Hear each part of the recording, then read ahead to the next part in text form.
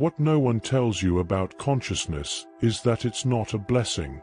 It's not a sudden enlightenment. It's an exile.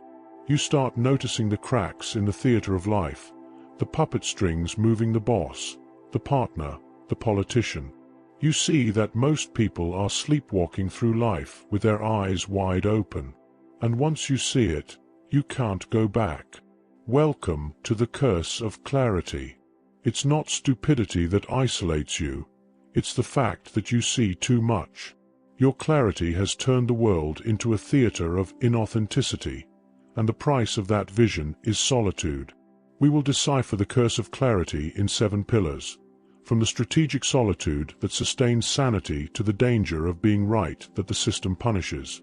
The outsider isn't an idiot. He just understands the human performance dangerously well. Your task now is to turn this burden into a weapon. The lucid soul isn't just a spectator, it's a compelled witness. You are an outsider because, fundamentally, you operate on a frequency that the masses refuse to tune into. This hyper-awareness destroys the comfortable blindness that the world mistakes for wisdom. Your burden is the grief for the lost illusion, the pain of realizing that social acceptance requires the betrayal of your truth. This pain isn't a mistake. It's the language of your soul refusing to negotiate its integrity. The separation doesn't happen because you were excluded, but because you exiled yourself internally first. You became the calibrated hermit, building walls between what you observe and what you're allowed to say. Truth is an acid. It burns everything you thought you knew about power and relationships. From now on, the goal is clear. Cease the struggle. Stop begging the herd for validation and transform your internal exile into a strategic position of power and peace. Your lucidity is an act of rebellion. It's time to embrace it. Solitude is the price of living beyond the script. It's triggered by the micro-resentment that surfaces when everyday conversations reveal themselves to be merely predictable performances. You're not just hearing the story, you're dissecting the pause, the micro-hesitation that screams resentment, and the fake smile that protects the paycheck. This is the pain of the disguise that keeps you from participating. Many seek spirituality as an ego mask to feel superior.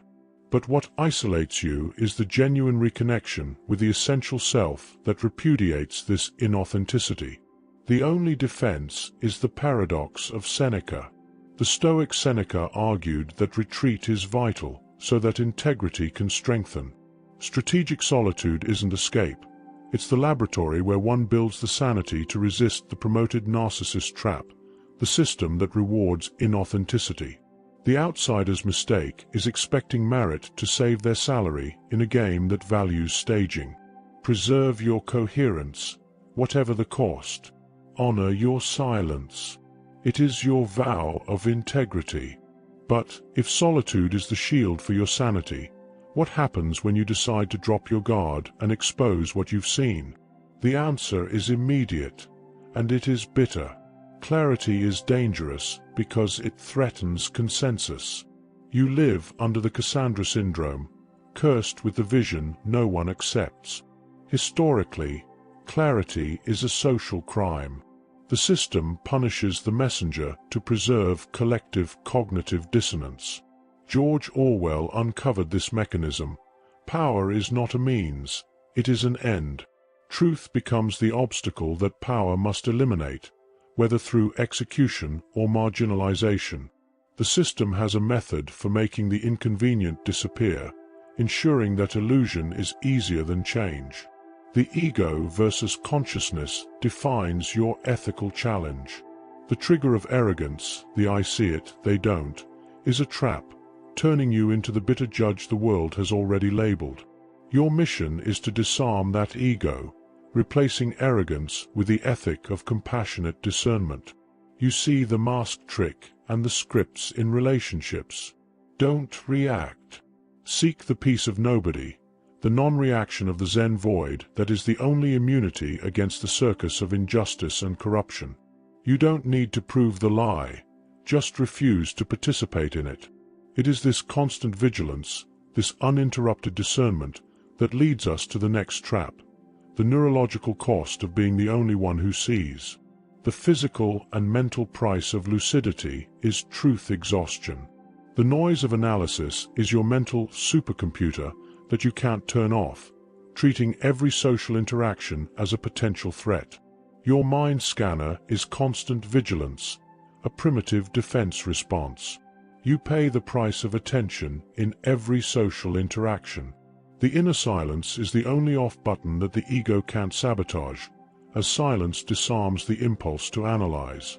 This is where the temptation of misanthropy resides, the dangerously fine line between seeing human flaws and losing faith in humanity, transforming clarity into destructive cynicism. Don't fall into this abyss. Use the logic of the lie not to judge, but to understand why most bonds, romantic and work, are held together by convenience, security, and fear of the void, and not by the romantic ideal. This vision disarms your anger. The unarmed observer meditation is your anchor, observing the social performance without engaging in judgment or cold anger, transforming lucidity into immunity to manipulation. But what about when this exhaustion leads you to a final, desperate act, trying, once again, to prove your vision to those who refuse to see? When you try to explain your vision, you collide with collective cognitive dissonance. The wall is impassable. It's always easier to label you as negative or intense than to admit the system is broken. Society fears you because people who think for themselves cannot be controlled. The philosopher Soren Kierkegaard is your guide. He stated that the crowd is the untruth, as it is the realm of inauthenticity, where the individual abdicates their responsibility to hide in the collective. The forbidden desire to be validated makes you desperately try to prove your clarity, generating more isolation. The singular individual is an affront to the inauthenticity of the mass. Your task is to maintain the silent ethic, integrity without the need for approval from those who are still sleepwalking through life. Remember Nietzsche's call of the abyss. Looking too long into the darkness can make it look back at you, demanding an ethical anchor. The meeting of the uneven, the high-frequency connections with the scattered few, is your antidote to existential loneliness, as they are the only ones who value clarity above comfort. If our attempt at clarity is punished with labels, we need to understand what the other side is gaining. What is the function of this denial? What is the comfort of blindness? Why does the illusion prevail? Because the armor of ignorance is the psychological protection of the mass. Aldous Huxley described the soma illusion in Brave New World, not just a drug, but the social choice for comfortable blindness and submission.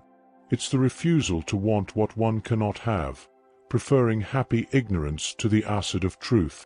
The invisible social contract is the comfortable lie that sustains power.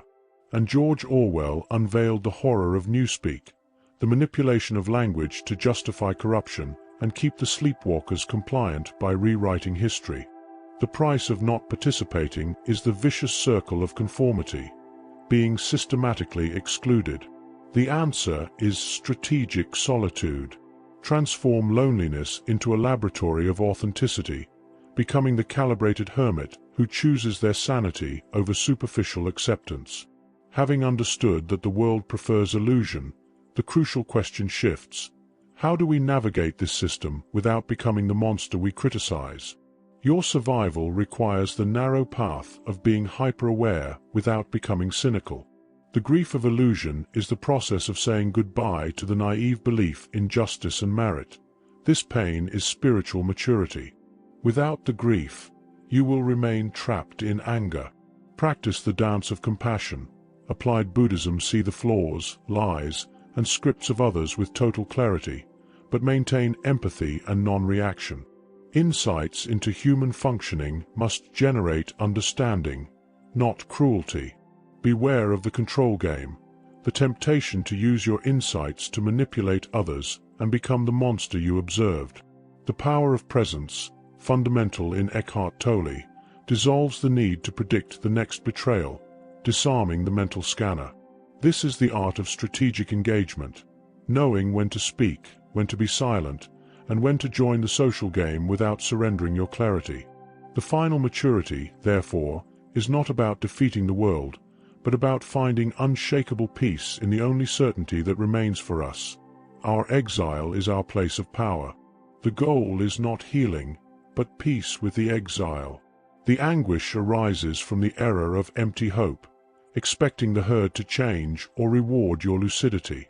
The strength of non-acceptance is the paradox that allows consciousness to expand, stopping the fight against your own exile and embracing the difference.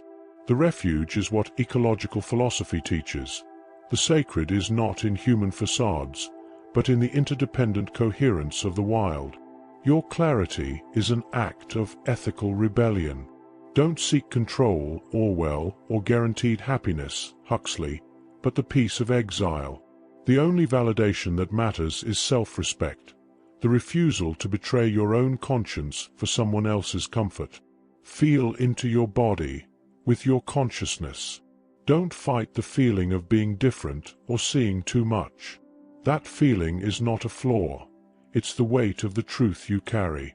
Now, close your eyes and mentally transform that weight into a point of gravity in your center, your core. Feel the density of this truth.